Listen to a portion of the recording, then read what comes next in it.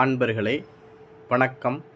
நாம் இன்னைக்கு வீடியோ பதிவில் எதை பற்றின தகவலை நம்ம பார்க்க போகிறோம் அப்படின்னு பார்த்திங்கன்னா, ஜடாமுனீஸ்வரரை வச்சு எதிரி மேலே ஜடாமுனீஸ்வரரை ஏவி எதிரிக்கு பிரச்சனைகளெல்லாம் உண்டு பண்ணக்கூடிய ஒரு ஏவல் பிரயோகம் வருது.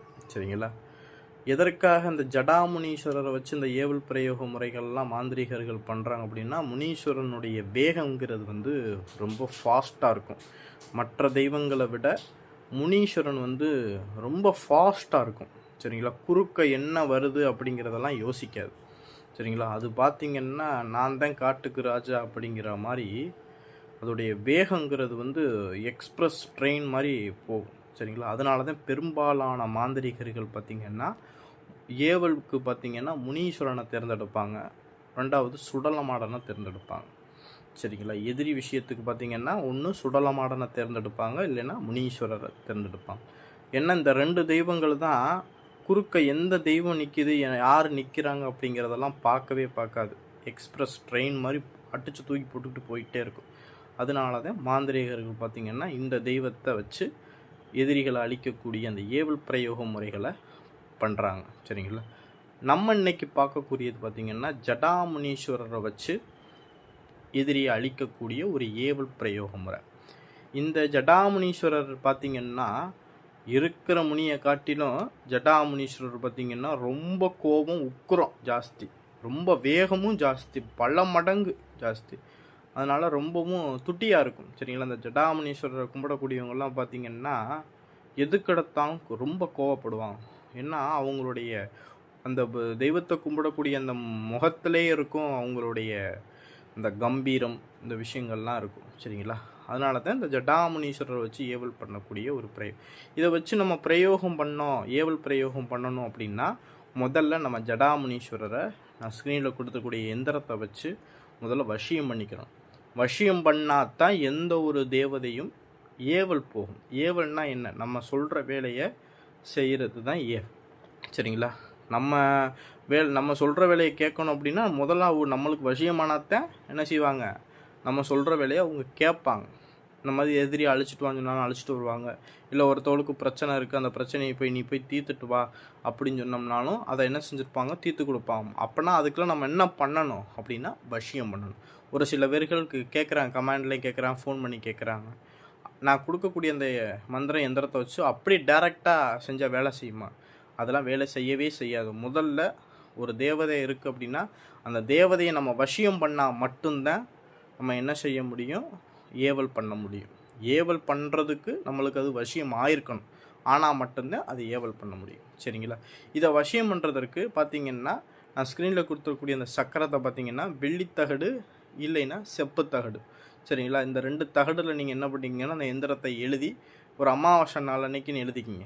சரிங்களா? ஒரு அமாவாசை நாள் அன்னைக்குன்னு எழுதி அந்த எந்திரத்தை பசும்பால், இளம் சம்பளஞ்சாறு, மஞ்சள், இல்லைனா கடல் நீர், இதில் வச்சு அந்த எந்திரத்தை அபிஷேகம் பண்ணி சுத்தி பண்ணிக்கிங்க. சுத்தி பண்ண பிறகு அதன் பிறகு முனீஸ்வரனுடைய விஷயம் மையம் இருந்தாலும் சரி, இல்லை காளியோடைய விஷயம் மையம் இருந்தாலும் சரி, அந்த எந்திரத்துக்கு மையப்பகுதியில் வச்சுக்குங்க. வச்சுக்கிட்டு உங்களுடைய பூஜை ரூமில் என்ன பண்ணணும் அப்படின்னா, ஒரு விளக்கு ஒன்று ஏற்றி வச்சுக்கிட்டு, இந்த பூஜையை பார்த்திங்கன்னா இரவு ஒரு 12 மணிக்கு மேலே தான் செய்யணும், மற்ற நேரங்களில் செய்யக்கூடாது. இல்லைனா மதியம் 12 to 1 செய்யலாம். சரிங்களா? இரவு 12 to 1 செய்யலாம், இல்லைனா மதியம் 12 to 1 செய்யலாம். சரிங்களா?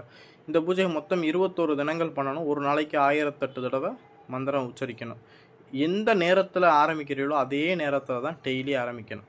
முதல் நாளும் கடைசி நாளும் மட்டும் தலவாழை விரித்து நான் சொல்கிற படையலெல்லாம் வைக்கணும்.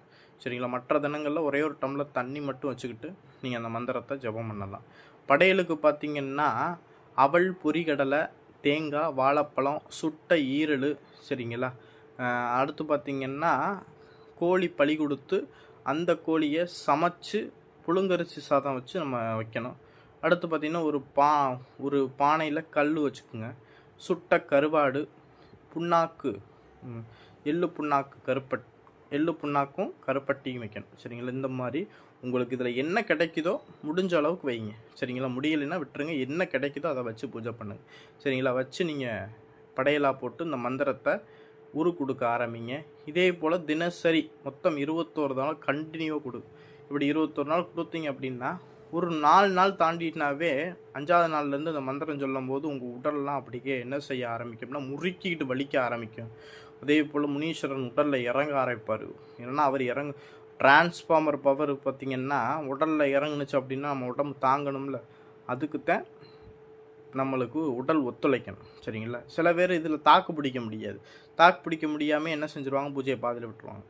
இதுதான் தப்பு பண்ணக்கூடாது. நல்லா ஒரு விஷயத்த நம்ம மைண்டில் நல்லா ஏற்றிக்கிங்க. ஒரு பூஜையை பண்ணுறதுக்கு முன்னாடி நம்ம பல விஷயங்களை யோசிச்சுட்டு தான் பூஜைகளை எடுக்கணும். சரிங்களா? ஆனால் மன உறுதி உங்கள்கிட்ட இருந்துச்சு அப்படின்னா எந்த தெய்வத்தை வேண்டுமானாலும் எந்த தேவதையை வேண்டுமானாலும் நம்மளால் வசியம் பண்ண முடியாது அப்படிங்கிறத இந்த உலகத்தில் கிடையவே கிடையாது. உங்கள்கிட்ட அந்த மன தைரியம், உங்கள்கிட்ட அந்த மன நம்பிக்கை, நான் எடுக்கக்கூடிய தேவதை, நான் எடுக்கிற என் முனீஸ்வரன், என் அப்பன் முனீஸ்வரன் எனக்கு வசியம் ஆவார், அவருடைய அருள் எனக்கு கிடைக்கும் அப்படிங்கிற அந்த வைராக்கியத்தில் இருந்தீங்கன்னா கண்டிப்பாக கிடைக்கும். சரிங்களா? நான் சொல்கிற அந்த பூஜை முறையில் கண்டினியூவாக நீங்கள் பண்ணினீங்க அப்படின்னா அவருடைய அனுக்கிரகங்கிறது கனவுல பார்த்திங்கன்னா 21 நாளோ இல்லை 21 நாளுக்குள்ளேயோ கனவுல உங்களுக்கு அந்த முனீஸ்வரன் வந்து எலுமிச்சம்பழமும் விபூதியும் கையில் கொடுத்து உங்களுக்கு சத்திய வாக்கு பண்ணி கொடுத்துட்டு போவார். நீங்கள் எப்போ அழைச்சாலும் நான் கூட வருவேன் அப்படிங்கிற மாதிரி உங்களுக்கு சத்திய வாக்கு பண்ணி கொடுப்பார்.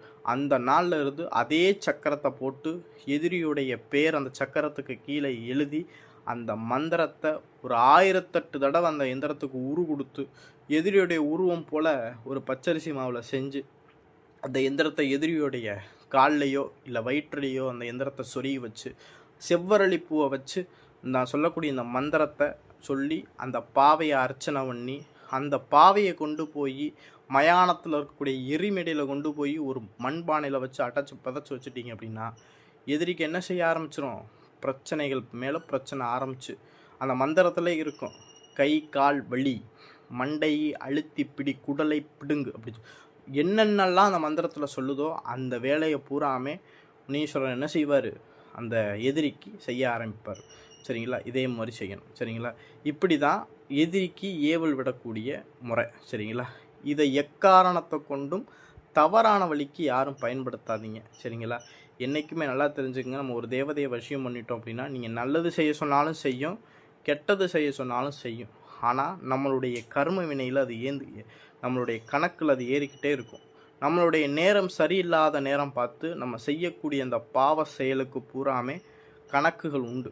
சரிங்களா? மொத்தமாக நம்மளை வச்சு முடிச்சுட்டு அந்த நேரத்துலேயும் நம்மளுக்கும் நம்ம தெய்வத்துக்கு உண்டான கணக்கு வழக்க பூரா முடிச்சுட்டு போயிடும். சரிங்களா? அதனால் முடிஞ்ச வரைக்கும் நல்ல விஷயத்துக்கு செய்யுங்க. சம்மந்தமில்லாத அப்பாவிகள் குடும்பத்தை கெடுக்கிறதுக்காக இந்த மாதிரி முறைகளெல்லாம் பண்ணக்கூடாது. உண்மையிலேயே ஒருத்தன் தப்பு பண்ணுறான், அவனை எதிர்க்கிறதுக்கு ஆளே இல்லை, அவன் அரசியல் பலத்திலையும் பண பலத்திலையும் பதவி பலத்திலையும் அதிகார பலத்திலையும் இருந்து எங்களை துன்புறுத்துகிறான் அப்படின்னா தாராளமாக இந்த பிரயோக முறைகளை பண்ணலாம். சரிங்களா?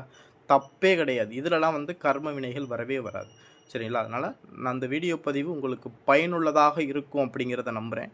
சரிங்களா? இந்த வீடியோ பதிவு பிடிச்சிருந்துச்சு அப்படின்னா நம்மளுடைய சிவருத்ர மகாகாளி அருள்பாக்குப்பிடம் யூடியூப் சேனலை சப்ஸ்கிரைப் பண்ணாதவங்க சப்ஸ்கிரைப் பண்ணிக்கிங்க.